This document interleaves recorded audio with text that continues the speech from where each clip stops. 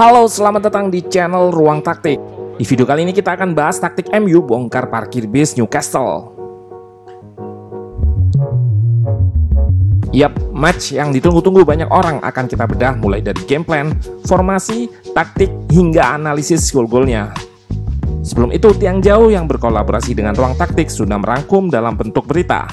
Dari Old Trafford, akhirnya penantian 12 tahun para pendukung Manchester United untuk melihat Cristiano Ronaldo kembali berseragam United tuntas terbayarkan. Setelah sang legenda, Cristiano Ronaldo resmi menjalani debut keduanya saat melawan Newcastle United Sabtu lalu. Dalam laga tersebut, CR7 berhasil membuka gol perdananya di menit 45+2. Meski kemudian sempat disamakan Newcastle lewat gol Manquillo di menit 56.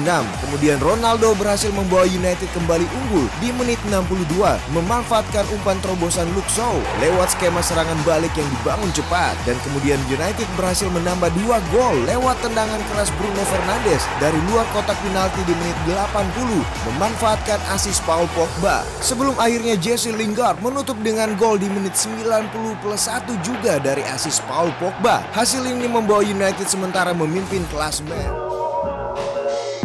Nah, kalian bisa subscribe juga channel Tiang Jauh dengan link yang ada di deskripsi.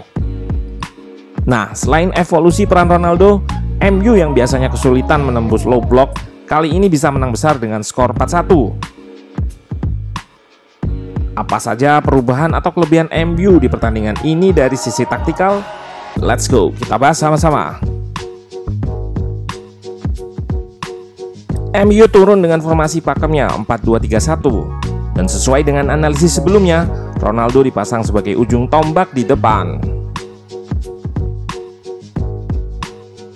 Sementara Newcastle menggunakan 5-4-1 dengan blok yang rendah.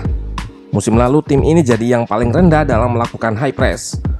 Artinya memang gaya bermainnya menumpuk pemain di belakang dengan garis pertahanan rendah.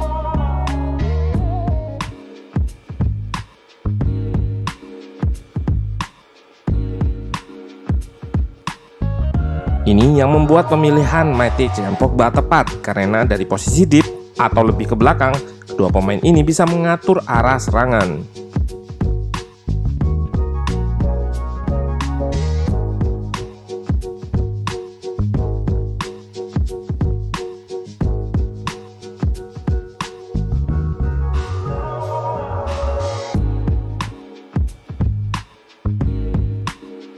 Namun blok rendah Newcastle sangat sulit dibongkar lantaran dengan 5 back di belakang dan 4 pemain tengah.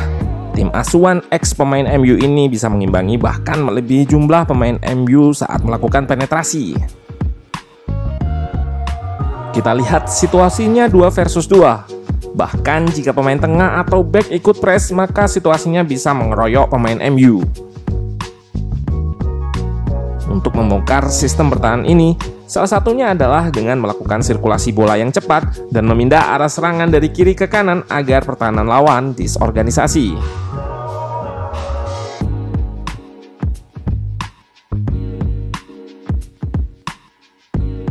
Adanya Pogba bikin perpindahan atau sirkulasi bola side to side ini berjalan dengan cepat. Di sini lini tengah lawan belum sepenuhnya bergeser sehingga wingback Newcastle yang keluar. Wan-Bissaka kali ini juga tepat melakukan overlap sehingga tercipta gap yang lebar antar back Newcastle. Disorganisasi. Taktik ini admin post juga di Twitter pada saat berjalannya laga. Kalian bisa follow Twitter Ruang Taktik untuk live tweet seperti ini. Dan prosesi gol pertama juga berawal dari sirkulasi ubah arah serangan yang dilakukan Pogba.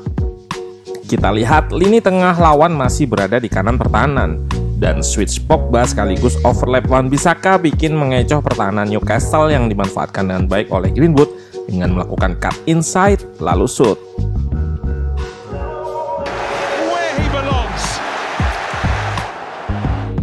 Gol ini memang terkesan mudah, namun jika kita lihat lagi, hanya Ronaldo yang bergerak saat Greenwood menendang.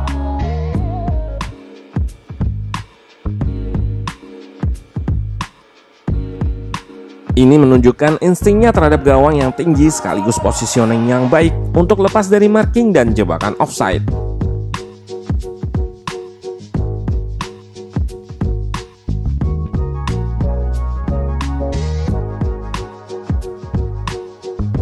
Setelah kebobolan, Newcastle menaikkan garis pertahanannya guna memberikan press lebih di depan. Masalah struktur build up MU ketika lawan Wolves nampak nggak terlihat di sini. Organisasi yang dilakukan double pivot di belakang sangat baik. Dengan drop atau turunnya salah satu gelandang, Shaw bisa naik untuk bantu serangan. Matic terutama akan drop untuk ambil bola lalu melakukan progresi baik lewat dribble ataupun akurasi umpannya. Jika gelandang berusia 33 tahun ini fit dan jaga level permainan, bukan nggak mungkin masalah progresi bola dari belakang ke tengah akan teratasi.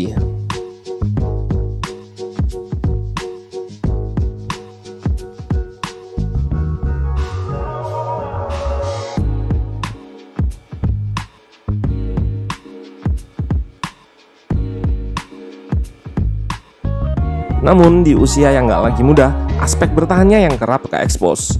Ini yang membuat Fred lebih sering starter.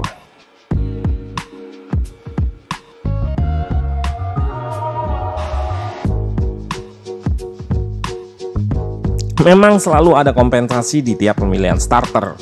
Gelandang MU rentan terkena counter. Namun dalam sirkulasi bola lebih lancar. Seperti di gol kedua ini yang diawali kombinasi umpan Bruno, Pogba, dan Matic. Jika dilihat gol ini nampak mudah, kita akan bedah prosesinya dimulai dari gerakan Sancho menarik satu bek lawan. Lalu Ronaldo mengambil posisi di antara dua bek tersebut dengan melakukan sprint agar jarak dengan bek terdekat terjaga tetap jauh. Tercatat, Ronaldo hanya melakukan 2 kali sentuhan. Yang pertama, kontrol sempurna menjauhkan bola dari lawan dan menempatkan di depannya untuk kemudian ditendang menyusur tanah.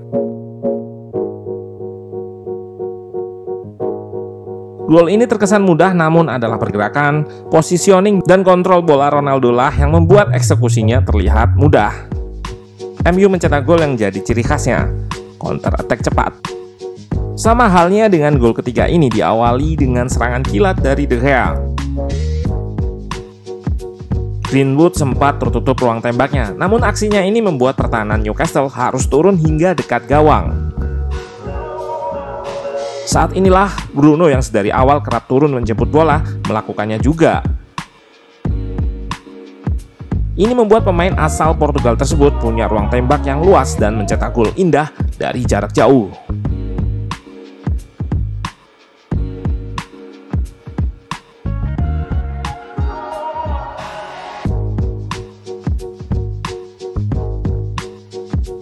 Dan melawan blok rendah, MU harus punya keberanian lebih bermain di ruang-ruang sempit.